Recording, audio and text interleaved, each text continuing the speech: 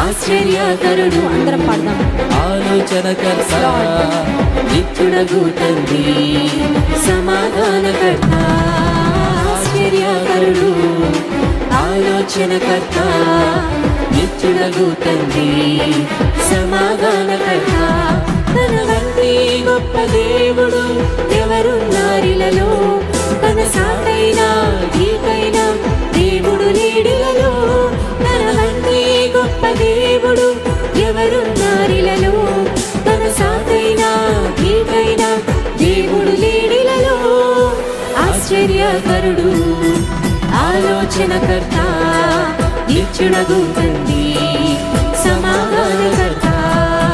ఆశ్చర్యకరుడు ఆలోచనకర్త. హల్లెలూయా.